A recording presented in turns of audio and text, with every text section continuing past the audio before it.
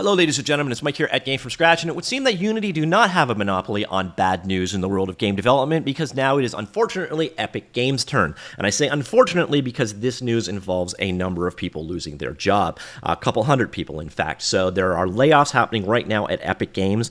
A lot of this comes down to they made purchases that, again, this kind of parallels Unity. They bought companies that did not make sense, at least to me, and they're getting rid of some of them and the headcounts that are attached to that, and I believe some layoffs across the board at Epic Games in general. So earlier on, Tim Sweeney, the CEO and founder of Epic Games, sent out the following email to Epic employees. And it starts, "Hi everyone, as we shared earlier, we are laying off around 16% of Epic's employees. Epic has about 4,000 employees as far as I know, so you get an idea of the numbers we were talking about here. We are divesting Bandcamp and spinning off most of Super Awesome. For a while now, we've been spending way more money than we earn, investing in the next evolution of Epic and growing Fortnite as a metaverse-inspired ecosystem for creators. I've long been optimistic that we could power through this transition without layoffs, but in retrospect, I see that was unrealistic. While Fortnite is starting to grow again, the growth is driven primarily by creator content with significant revenue sharing, and this is a lower margin business than we had when Fortnite Battle Royale took off and began funding our expansion. What they're talking about here is UEFN, or Run Unreal Engine for Fortnite. This is a way of basically you can create and sell content in Fortnite using Unreal Engine tools. So success with the creator ecosystem is a great achievement, but it means a major structural change to our economics. Epic folks around the world have been making ongoing efforts to reduce costs, including moving to net zero hiring. Basically means like when you have attrition, you don't really replace it to try and keep your head count at a declining head count without having to fire people, essentially. And cutting operational spends on things like marketing and events. We still ended up far short of financial stability or sustainability. We concluded that layoffs are the only way, and that doing them now and on this scale will stabilize our finances. This one I do agree with. They're doing all of the cuts at once in theory here, whereas Unity did layoffs, and they did them in couple of batches, and that's really demotivating for the company because you can't just move on because you don't know if another round of layoffs is coming. Another aspect of this is they're also making divestitures. Bandcamp is joining Songtradr, a music marketplace company supporting artists. Super Awesome's advertising business will become a independent company under the Super Awesome brand, led by their current CEO, Kate O'Loughlin. Kids Web Services, the parent verification and consent management tool, will remain part of Epic. This is also very important because it's an area where they've actually been sued about, and we'll get back to that in just a minute as well. Saying goodbye to people who have helped build Epic is a terrible experience for all. The consolation is that we're adequately funded to support layoff of employees, offering a severance package that includes 6 months base pay in the US, Canada, Brazil, 6 months of Epic paid healthcare. We're offering to accelerate people's stock options vesting schedule through the end of 2024, and are giving an additional 2 years from today to exercise the options. And then in the U.S., they're also offering to vest any unearned profit sharing through the 401ks. We will provide benefits, including career transition services and visa support where they can. For those that are still at Epic, you'll hear more from senior leaders about the path forward for your team. Epic's prospects for the future are strong. We have amazing game experience across multiple platforms. We've built the best engine in the world, and we'll be hosting Unreal Fest next week to bring the community together and spotlight the things they are building using Unreal Engine and UEFN. Creators are making a living building for the Fortnite ecosystem with time in third-party games now exceeding first-party. Actually kind of neat. We're cutting costs without breaking development or our core line of businesses, so we continue to focus on our ambitious plans. This is good for the world of game development. Basically means that Unreal Engine is still fully funded, and I don't think much of the headcount changes are going to be in that world. About 2/3 of the layoffs were in teams outside of core development. Some of the products and initiatives will land on schedule. Some may not ship when planned because they are under-resourced for the time being.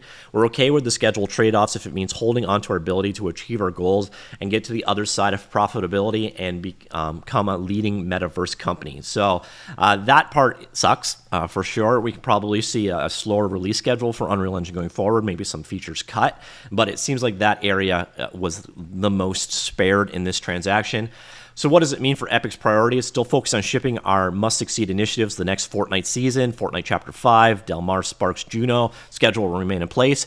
We aren't cutting any core businesses and are continuing to invest in games with Fortnite first-party development, the Fortnite creator ecosystem and economy, Rocket League and Fall Guys, and services for developers including Unreal Engine for games and enterprises, Epic Games Store, Epic Games Publishing, Epic Online Services, Kids Web Services, MetaHuman, Twin Motion, Quixel Megascans, Capturing Reality, ArtStation, Sketchfab, and Fab. Fab is their new universal asset store, not just for Unreal Engine. That was announced at GDC. I haven't really heard anything about it since.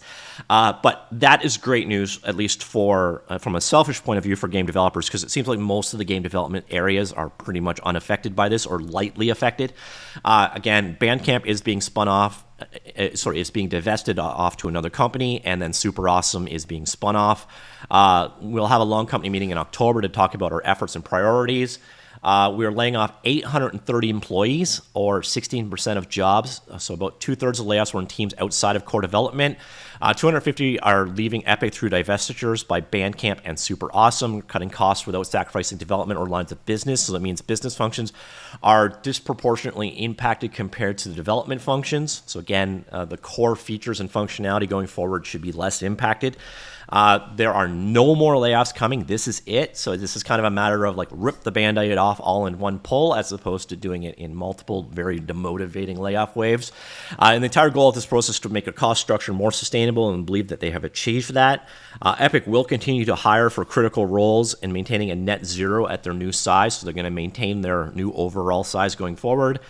And what about Project Liberty? We've been taking steps to reduce our legal expenses, are continuing to fight against Apple and Google distribution monopolies. So this is their ongoing battles against the Epic Games Store and Apple in an attempt to get those marketplace opened up. Again, I've covered that in great depth at this, in previous stories as well. And I think this is definitely costing them some money. So they're going to keep fighting, but it might be they're scaling back their legal efforts a little bit.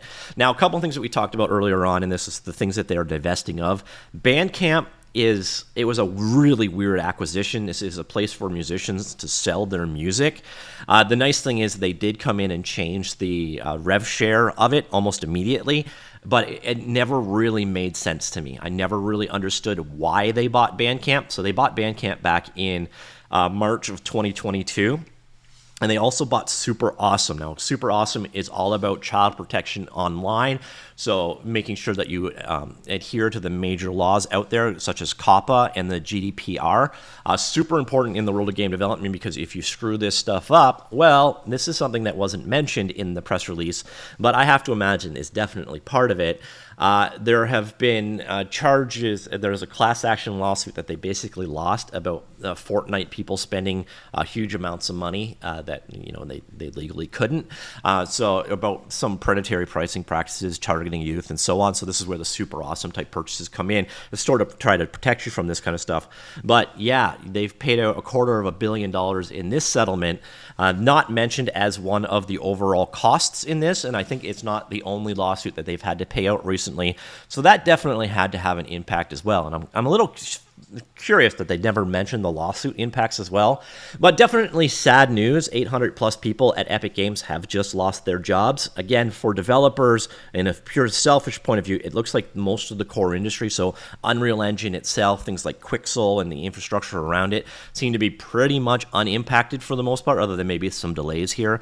But I always feel bad for the people that lost their jobs. And what the hell is going on in the world of game development is these two hugely important cornerstone industries are both struggling and having to do stuff like this. It's not a good sign for the health of the game industry in general, but let me know what you think. Comments down below. And again, if you're one of the people affected, my heart goes out to you, and I hope you land on your feet soon.